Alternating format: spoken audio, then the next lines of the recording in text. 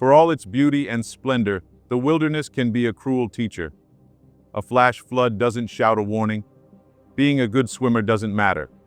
It hits like a fist and drags like a noose. People vanish in seconds. You scream and the water takes the sound.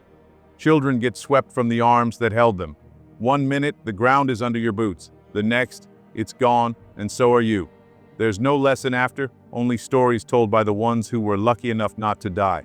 Let's venture back to the savage wilderness where survival is earned, not given. This is Outdoor Disasters.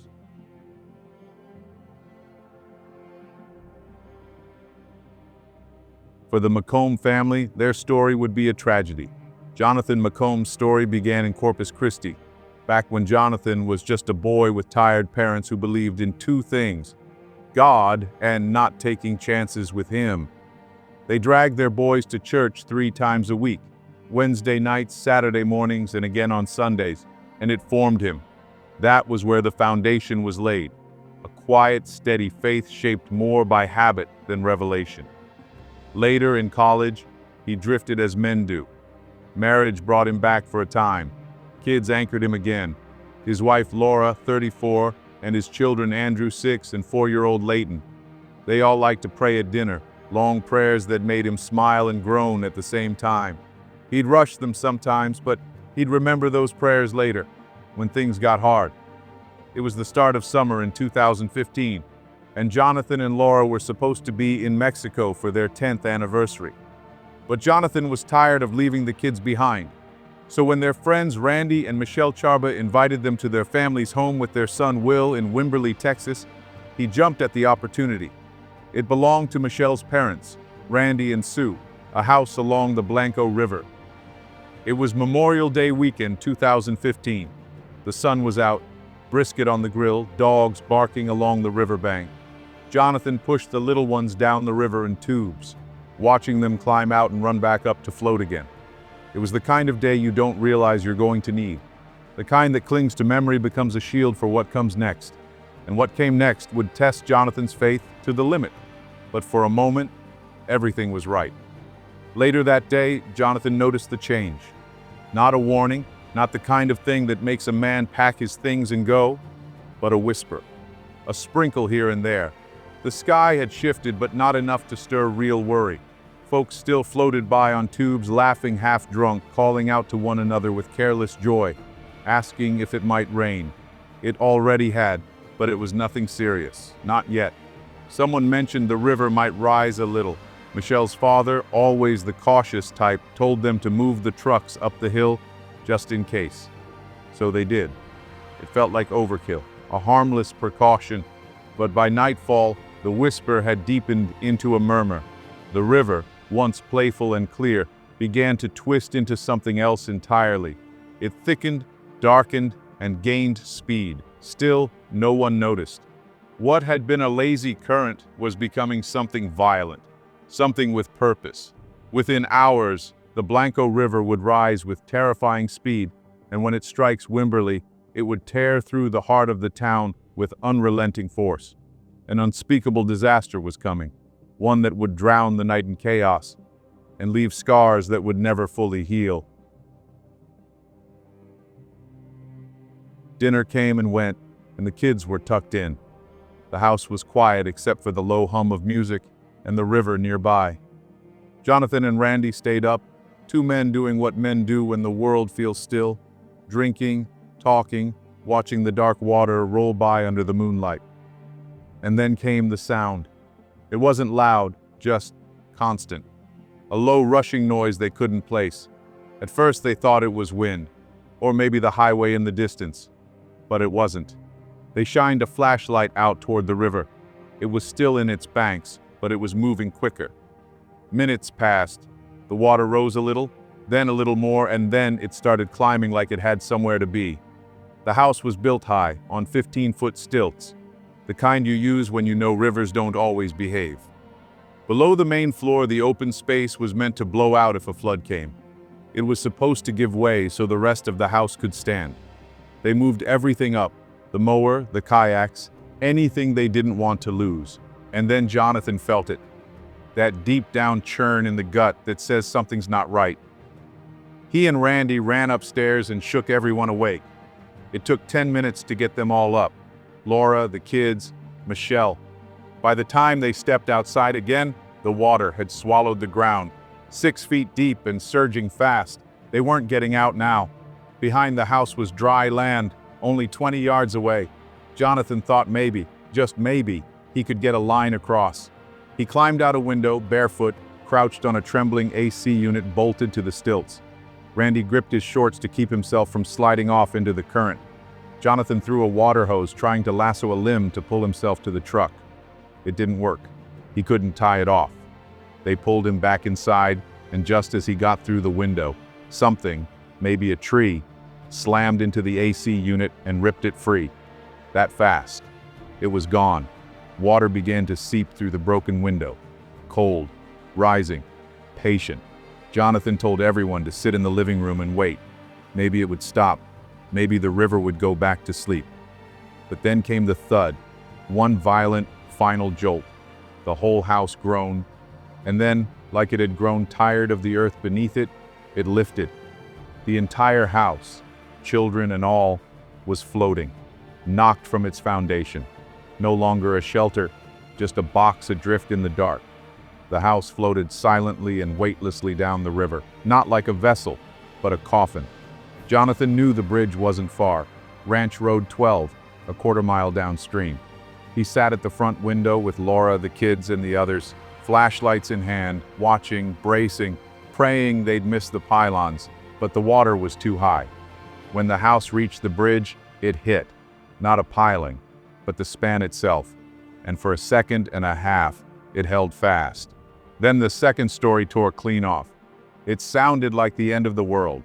Glass breaking, 2x4s snapping, drywall raining down in choking bursts. The roof vanished. Furniture tumbled. Screams were swallowed by the dark. Jonathan called out through the noise, counting voices, searching for everyone. All were there, except Sue, Michelle's mother. Then came her voice, faint, from somewhere in the wreckage, yelling for help. Jonathan clawed across the broken boards and twisted furniture, cut by splinters, crawling toward the sound. He found her clinging to the outside of the debris, framed in a shattered window, one hand reaching through the ruin. He reached for her, held her hand, until another wave of debris came between them. He held on as long as he could. Then she was gone, ripped into the night. They kept floating. The house was a skeleton now, barely holding together. The river raged, rough as any whitewater he'd ever seen. The wreck smashed into a cypress tree, one of those ancient giants rooted deep in the Texas soil, and the blow split the platform in two. Jonathan saw Randy, Michelle, and little Will vanish into the dark. He never saw them again. Now there were 6. Jonathan, Laura, their 2 children, Andrew and Leighton, Ralph, and Maggie the dog. Ralph had found 2 mattresses, and they clung to them, riding them like makeshift rafts. Jonathan kept calm for the kids, kept the lie alive, but the river kept clawing at them. The debris shrank. Space grew tight. Jonathan looked at Maggie and made a choice. He threw her from the raft. There wasn't room for the dog, not when every inch meant a life. Then more rapids came. Water hit them hard, and when Jonathan blinked the rain from his eyes and looked around, Ralph was gone. No sound, no cry, just gone. They floated on. Andrew wore his superhero pajamas. Leighton had on a little nightgown with pink hearts. Laura held them close. Jonathan watched them in the dark, their faces wet and terrified. Then another surge, more chaos. When he looked again, Andrew was missing. Then came the cry, "Daddy, help me! Daddy!" he screamed. Jonathan scrambled to the back of the debris and found his son clinging to a board. He grabbed him, locked arms around his chest, and began crawling back. But a wave hit, hard. He lost his grip. Andrew was gone. Moments later, he looked for his wife and daughter. They are nowhere. Taken in silence. On the 10th anniversary of their marriage, Jonathan was alone, battling a raging river. He floated now, broken in body and soul, in a river that wouldn't stop. Then beside him, as if summoned by grace or guilt, swam Maggie. The dog had survived. She paddled beside him for a while in the dark, rain hammering down like nails. The water was moving at 40 miles per hour, the same speed as Niagara. 11 miles he floated, battered and bleeding. Then he struck a tree. The cypress caught him like a fist. He hit hard, head cracked against a limb and went under. He didn't know up from down, couldn't fight anymore. His lungs screamed. He gasped and swallowed water. Nothing left. No strength, no hope. Underwater, he prayed, "God, I just want to die right here. I want to die and just be with my family. I don't want to go any further." And then he let go, let the river take him wherever it wanted. Suddenly, Jonathan's head struck something hard beneath the water, and the lights behind his eyes went white, dull, blooming, like the kind you see right before you black out. For a moment, he drifted in that nothingness, somewhere between drowning and surrender. "If this is how it ends," he prayed, "I need your help, God. If there's a story to tell, get me out of here." Then he surfaced. The river was still raging, tearing past with a fury he couldn't reason with. He needed to stay above it. That's all, just stay up. He grabbed a log, slick as ice, but it was something. Then another log came drifting by, shaped like a V. He wedged himself into the center, thinking not 6 moves ahead, just one, then another, and another. When lightning forked across the sky, he could see. That was the only light. Through those brief flashes, he saw the limbs of trees reaching down like crooked hands. He needed to grab one, leave the false safety of the log. He took the risk. The first limb snapped, and he was swallowed again. The second one held. He gripped it with all he had. Muscles torn, hands raw, he pulled himself into what he thought was the top of a tree. But it wasn't standing, it was downed, half submerged, the root ball ready to lift and take him with it. He crawled over the thick trunk, heart pounding, until he found something solid on the other side. It was ground, or close enough. He collapsed on it. Mud, bark, maybe just buildup from the river, but it held his weight. And behind him loomed a sheer cliff. No way back, no way around, just up. He looked at the rock wall, had one river shoe, no shirt, a pair of board shorts, soaked and torn, that was it. He started climbing. Water came down like knives from above. He got 30 feet before the cliff spat him back into the mud. Tried again. Another 30, maybe 35 feet, and he was thrown down again, this time into the shallows. He lay there, shaking. The water wanted him dead. His body was breaking, but his mind? It wasn't done yet. He prayed again. He climbed again. The third time, he reached a narrow outcropping like a small cave dug into the cliff's face. His legs barely worked. His arms were shaking. The rock sliced his skin, but he didn't care. He used his pain as leverage and clawed inside the hollow. Across the river, he saw a house porch light still on, a flicker of hope. He tried to shout for help, but his voice cracked and failed. The river roared too loudly for anyone to hear.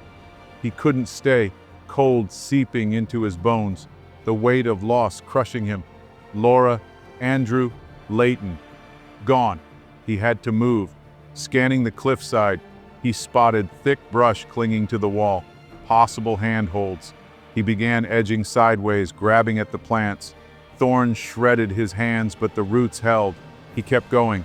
Eventually, he collapsed onto a narrow ledge, solid ground. A moment to breathe.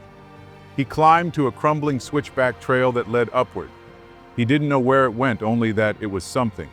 At the top, a house. He hadn't seen it coming. He limped to the side door and knocked, then leaned into it, nearly collapsing. Inside, the family, just back from a dog competition, heard the sudden barking of 12 kenneled dogs. Curious, they came down. Power was out. They hadn't heard the news. They opened the door and found him slumped in the dark, trembling. "Where did you come from?" they asked. He looked up. "The river." They stared at him. "No way. Not from that river. Not from here." "I did," he said. "Everyone I was with is gone. We need to find them." As Jonathan was led inside the home, he listed every name, his wife, his kids, his friends, everyone who'd been in the house. The woman who found him had medical training. She checked his cognition, gave him water, and dressed him in dry clothes. His hands wouldn't stop shaking. It took over an hour for the ambulance to arrive. The roads were flooded, and I-35 was underwater. They rerouted to San Marcos. At the hospital, Jonathan was laid on the MRI table. When they reached for his wedding ring, he refused to give it up. "You're not taking that," he said. He screamed when they touched his arm. Cactus spines were still lodged deep. The scan showed the extent: shattered sternum, broken ribs, punctured lung, torn legs. They inserted a lung tube and catheter. He was told they were the two worst procedures to endure awake. He got both. Then he was transferred to Brooke Army Medical Center in San Antonio. There in the recovery ward he wept. Not just for the pain or the loss, but for the kindness of strangers. Helicopters filled the sky. Ground teams walked dangerous banks, all searching for survivors and for his family. 5 days later, still bandaged and broken, he flew with a friend to help. From above, he saw green tape, a sign of recovery. They landed. It was Laura. He recognized the wedding ring still on her hand. He made sure her parents heard it from him, not social media. He drove to New Braunfels and told them she was gone. In the days that followed, they recovered Andrew, Michelle, Randy, and Ralph, but not Leighton. She was never found. The 2015 Memorial Day weekend flood in Wimberley, Texas, along the Blanco River was a disaster. Triggered by intense rainfall, up to 13 inches in some areas, the river rose from near 5 feet to an estimated 44.9 feet in just a few hours, far exceeding its flood stage of 13 feet. This surge destroyed homes, infrastructure, and claimed 13 lives, including the McComb family and their friends at the River House. The flood destroyed over 300 homes and displaced over 1,000 residents. Key structures, including the Fisher Store Road Bridge, were obliterated. The rapid rise of the river overwhelmed warning systems. Many tourists and residents did not receive timely alerts, and the lack of upstream river gauges hindered early detection. The community faced a long road to recovery, with significant rebuilding and emotional healing required. The event prompted discussions on improving floodplain management and emergency preparedness to mitigate future disasters. 2 years after the flood, Jonathan returned to the river with excavators, searching for his daughter. They didn't find Leighton, but they found her blanket. It was something. When he got home, the silence was unbearable. The house felt like a tomb. He hit bottom, whiskey in one hand, a pistol on the table, but he remembered the promise. If God got me out of that river, I'd tell the story. He put the gun away. A week later, he had a dream about Leighton. She stood smiling in a green field, Laura and Andrew behind her. "We're okay. We're with Jesus," they told him. He never dreamed it again. He didn't need to. At the memorial, he spoke. Laura was found on beautiful land, Andrew in a park, and Leighton, always the one hiding. "I know where she is," he said. "She's in heaven where she's supposed to be." He rebuilt his life through prayer, music, and time. Worship songs he once sang without thinking now brought tears to his eyes. Jonathan believed that the branch in the river, that root on the cliff, they weren't lucky. They were grace. God doesn't always take the pain away, but He's there. And knowing He's there, that's something to hold on to, he proclaimed. He kept telling his story, because he'd made a promise and he wasn't going to break it. What he learned after Wimberley wasn't about grand gestures, it was about the small things, the quiet moments. Years later, he met Monica Cedars. They married and had a daughter, Scarlett Grace, a second chance at joy. One morning, instead of prepping for a speech, he lay in bed beside Scarlett. She laughed. He smiled. And in that moment, he knew, this is the blessing. Whatever you're going through, don't just see the struggle. See the gift, he tells people during his speaking engagements. His story has changed lives. A former classmate, once an atheist struggling with addiction, told him that hearing his journey turned her life around. She quit drugs, found God, found purpose. Her friends noticed. She told them the truth. Jonathan always said, if one person is changed, then the drive was worth it. He believes God gave him a message for anyone facing heartbreak. Your problems won't disappear, but the closer you get to God, the easier they are to carry. I was blessed to have Laura, Andrew, and Leighton, and somehow, in His mercy, God blessed me again.